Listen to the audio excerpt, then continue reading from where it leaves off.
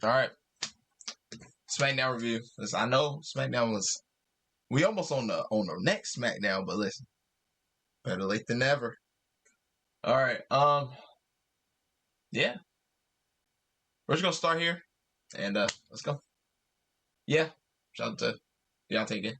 You know, same person. Because W videos. I mean, the videos are W every single time. All right, watch. Oh, W support. Anyway, let's go. As much as I change my t-shirts. You're just a loudmouth opportunist who will step on the necks of people who actually work hard if it gets you ahead. Hey, Claudio Castagnoli. Yeah, bros. Hey, Nick Nemeth. Hey, Matt Cardona. How you guys doing? Zack Ryder is dead, Matt Cardona is alive. Also, Cardona responded on Twitter by saying, "Hey John Cena, good thing Zack Ryder's dead because remember when Cena took his girl and stuck his tongue down her throat?" You just regurgitated. Bro, it's crazy. That's so crazy. How old was I when that happened? I know I was. That was purple shirt. Purple shirt, Cena. You're no longer the voice of the voiceless. You're a freaking millionaire. I don't want to admit it, but my idol was bodied here. You're not punk, you're a capitalist. And you're not against TKO, dude. You are TKO. Yeah, see, the difference between John Cena's and CM Punk's was, I mean, Cena really mostly talked about Punk for it, But, it's two different promos. Out, no days off for 25 years. I have been the greatest of all time. You know how every now and again in this heel run we see a glimpse of Cena saying, "Maybe I'm bugging"? Well, his facial expression as they chanted his name is where we saw that again. Cena says you were the best in the world for 7 minutes 14 years ago. And if you still believe you're the best in the world, then maybe it's a small world after all. Cena says the mood is finally starting to change. The best in the world get a good shot against the greatest of all time. He finally nailed it, man. You add an extra dimension into this heel turn, and what do you know? He's finally giving us everything it should have been this whole time. And shout out to CM Punk for constantly bringing the best out of John, as always. And after all that, it feels a little anticlimactic to talk about everything else that happened on SmackDown, but alas, there was a show before this. Yes, there sure was. There sure was. But yeah, I mean, it was great. Before the pipe bomb, we had R-Truth against John Cena in their match, which was going well until Cena said, "I'ma head out. I'ma get myself disqualified." Oh, yeah, he decided to leave. Truth is here to get respect. Oh! Yeah, bro just smacked him with the title, man. Until we once again saw Cena blow somebody. What? Right back to it. How many Saw him do what? times have we seen that? Ow! Right through the table. To open SmackDown this week, LA Knight called out Seth Alright, Rollins to the beginning. Alright, now we're at the beginning. I don't know. You probably know now. We're at the beginning. But, hey. Interrupted by Paul Heyman. Heyman says he's actually the biggest LA Knight fan in WWE. Then he says this. And I've been waiting a long time to say this. Yeah! Oh, It's as if every week now they say, "Deontay, here's another sound effect for you." Yeah! Heyman says it would be best advised if you got the hell out of Grand Rapids, per Seth Rollins' request. Knight says Heyman is a leech and a scammer who attaches himself to top stars. You suck them dry and you move on to the next. Don't look at me, I'm not saying the name. Knight says you're out here talking tough, and if Seth doesn't want to fight, then clearly, Heyman, you want to wrestle. So I'm gonna give you the first shot, I'll turn my back. Then Heyman gets out of dodge. Heyman says, when I said something bad was gonna happen to you by the end of the night, that wasn't a prediction, that was a spoiler. Oh, Knight's got a steel chair. Oh! It's on the attack. Ow! Ow!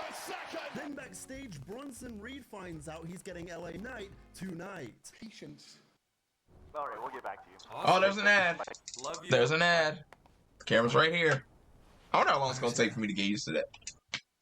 Forever. It's not a virtue. It's gonna take me forever.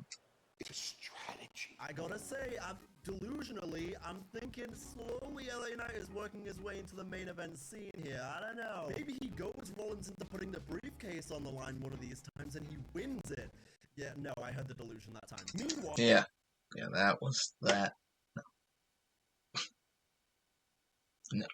In the semi-finals of Queen of the Ring, Bliss versus Asuka was cooking. In Asuka's game after that layoff, it's about to be exposed. Oh! Presents itself. Striking attack from Asuka. Then as Alexa thinks about Twisted Bliss, she tries to get one step ahead of Asuka and gets caught in a submission. Bliss rolls through into a pinfall for a 2 count. And there's no let up now from Asuka. Oh! There is it indeed. In the end, Alexa goes for Twisted Bliss, which is countered by the knees as Asuka hits an Empress Impact for the win. Go, she didn't go for it. There Bye. Oh! Ooh. There it is. Empress Impact. Asuka winning means she'll Empress be Impact. Roxanne in the finals. Love to See, since I'm reacting so late, we know that Jade won, so. I already said, it is what it is, whoever, but, I mean, Asuka wins is pretty cool. If I have to pick somebody, you know. Anyway. see Asuka shining, she's so damn good. Next, we saw Jade Cargill beef up a Michin backstage. Byron Saxon asks Jade about the prospect of facing Perez, then Asuka. Cargill says Rox is still in her proving ground, and this is a throne room where she is built for royalty. This entire tournament, it wasn't built for the future. It was built for a woman that can walk through the fire, shatter glass ceilings, and fix her crown on the way to the top. I'm not walking in just to win.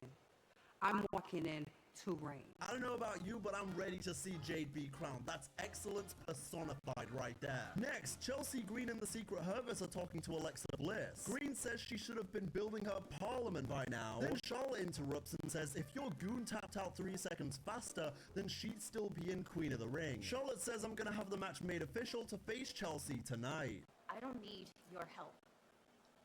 That's cute. I wasn't here to help you.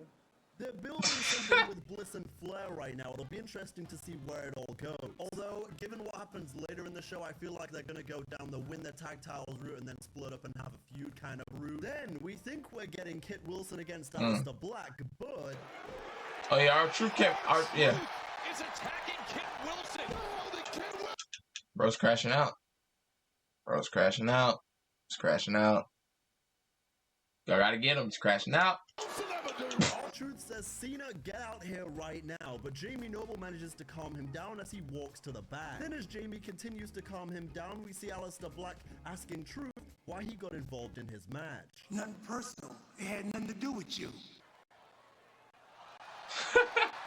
Look, man, he's going through a lot.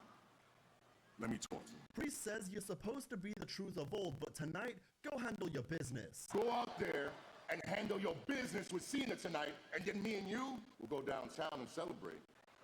All right. Do your thing. Also interesting because I thought they were gonna just call him Ron Killings from now on, and then when he came out, he was still R-Truth graphic, R-Truth nameplate. He's still Truth. So I don't know what happened to Ron Killings. Back in the ring, Cody Rhodes is interrupted by Jey Uso. He says it's not personal, Luce, but I'ma handle my business in the semis. Then Zayn comes out and says, "You've both finished your stories. Now it's time to finish mine." See, and the similarity I see there. You see, like Naomi's heel now, and she was like the, the little, we're not paying attention to you type. So that's why I feel like. See, that's the other video. So you gotta watch both videos. But yeah, that's why I feel like the Karrion Kross, Sami Zayn. Yeah. Cody, love you, dude, but I'ma do what I gotta do if it comes down to me and you. Then he says this to Jay. Nothing but love, dude. But if you're standing across the ring from me at SummerSlam, it's not going to be 4 letters, 1 word. It's going to be 3 letters in 1 move. Orton says, no doubt everybody in the world knows you'll be world champion someday, Sammy. But that ain't SummerSlam. This match was back and forth between these two. Oh!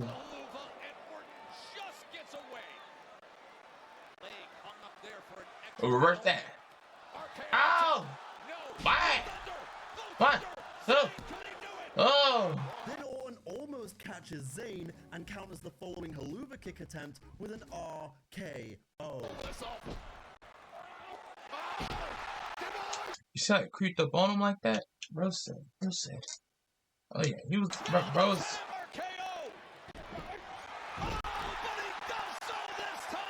Got him. I'm sad that it's still not Sammy's time, but you can't hate Randy. Randy versus Cody. That's gonna be. I mean, come on. But I'll say it sure as Man, Jay Randy in the finals. it's gonna be great. No way. Although saying that, I didn't think Jay was gonna tap out Gunther at WrestleMania. So, dude, if we have a scenario here where Jay Uso taps out Randy Orton or hits an RKO and then taps him out, I don't know what I'm gonna do. I like Jey Uso, but that would be crazy. In that scenario where he beats Cody, and then he beats Randy. Then Nia Jax gets possessed like Pascal Siakam. She says, "Tiffy, you're holding my title," until Tafina Carpenter says, no. You're like a toxic ex that I can't get away from, Nia. This is gonna be a last woman standing. You see the force that Nia put on that. Drop by Then Nia hits another leg drop before Naomi enters with the briefcase. She tries to cash in until Nia interrupts, eventually ending with so much commotion that Tiffany wipes them both out. I'm looking forward to the last. See, like, so Naomi got the briefcase, but she can't cash in because Nia. What does Nia want? Does she want to beat? I mean, she just want to beat Tiffany. That's it. Maybe she just wants to beat Tiffany for the title, for like satisfaction or something. She don't really care. She do what she wants. Match, but with the way they're really heavily using a cash-in already, part of me thinks it may end in a cash-in. Alternatively, I don't want to see this, but what if Naomi costs Jade Queen of the Ring, and then Jade's payback is costing Naomi the cash-in, or at least the opportunity to do so? Dang, I didn't even think about that. But Naomi cost Jade first? See? They on some, that's that Drew McIntyre CM Punk type vibe right there. See? W. I don't want to see it, but that is a very WWE thing to do. Also, shout out to Naomi with the blonde and black dreads, you know, ball. Then we had that Chelsea Green Charlotte Flair match where Charlotte goes for, That was just astoundingly good. yeah, whatever the hell that means. Sis thinks she's Hangwoman Page. The chemistry here was a little awkward, I'll be honest, and it really shouldn't have been. Both these women are tremendously talented, as Chelsea went for a Rough Rider at one point, but it really was just a leg lariat in the end. Gets sent from the big boot. Then we saw the dogs barking. Denies her. Charlotte, spear! Spear! Sis is not Bronson, break her. Also, the ending was so stupid. Chelsea is tapping / maybe signaling for help from the Secret Service with the figure eight locked in. Hey! See, you gotta break the bridge right there. If you break it any later, you might be cooked. Referee rings the bell, and then Piper comes in. She's bridging! She's bridging! Oh, the Smackdown comes in after the win! Again, whatever the hell that means. What are we doing here? As Charlotte is cleaning up.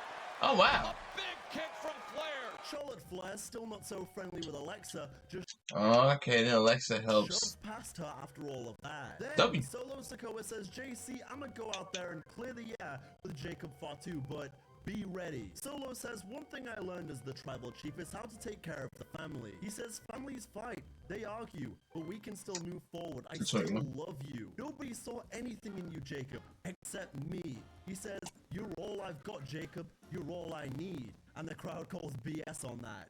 I love you, man. And listen, to be honest, I don't have anybody else. Jacob continues by saying this. You've been using me to gain power. You've been using me to fight your battles. You even been using me just so you could stay tribal chief. He says, ever since I won this title, you've been acting different. Maybe the problem is this US title, so why don't you go ahead and fight me for it? Oh, gas! No place with it! Got it on me! Oh! And now he's beaten down. Oh! JC Mateo is here, Wade. Oh! Then as the numbers game gets too much, here Jimmy Uso. comes Big Jim. Back up at you. Oh! Jacob Fatu. Oh! lays out Solo. Shout out to Jacob Fatu, man. He's really bringing the best out of Solo right now, and For vice sure. versa. Then LA Knight versus Braun Breaker ends in disqualification because Bark. My ass. Big spear. That's it. Ow.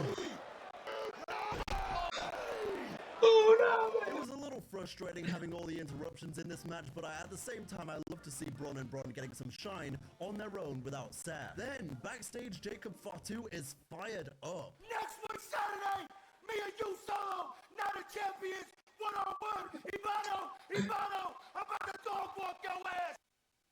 When your question is actually a bunch of questions. When's the best time this weekend to host a Feels over. Okay, well, anyway. But yeah. I definitely think that if Solo won, it would definitely be like a power thing. It would definitely be a power thing. Getting some shine on their own without Seth. Then backstage, like it'd be cool. You know what I'm saying? But I don't know. Because if Solo wins, he can't really have power for Jacob regardless, because it's just not gonna work.